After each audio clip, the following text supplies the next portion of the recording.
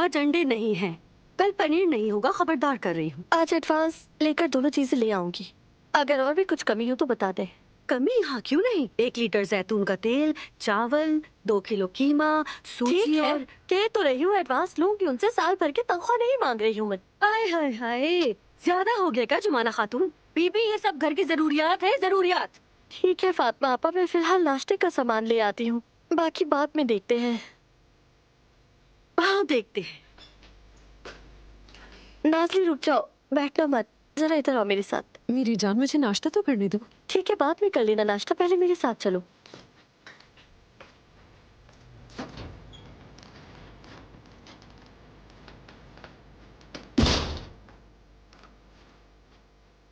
तुम यूं अपनी मर्जी से मेरी काम की जगह पर नहीं आ सकती।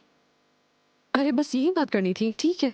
नहीं आऊंगी मैं तुम्हारी काम की जगह पर। अच्छा ये तो मैं बता रही हूँ, यानी जब तक कोई इमरजेंसी ना हो दोबारा वहां मत आना। क्या तुम मुझ पर हुक्म चला रही हो? नाज़ली, अच्छा ठीक है, नहीं आऊंगी मैं तुम्हारी काम की इतनी कीमती जगह पर।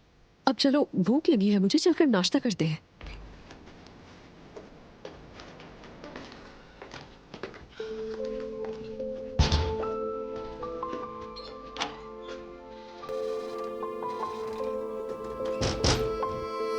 नाज़ले, हाँ।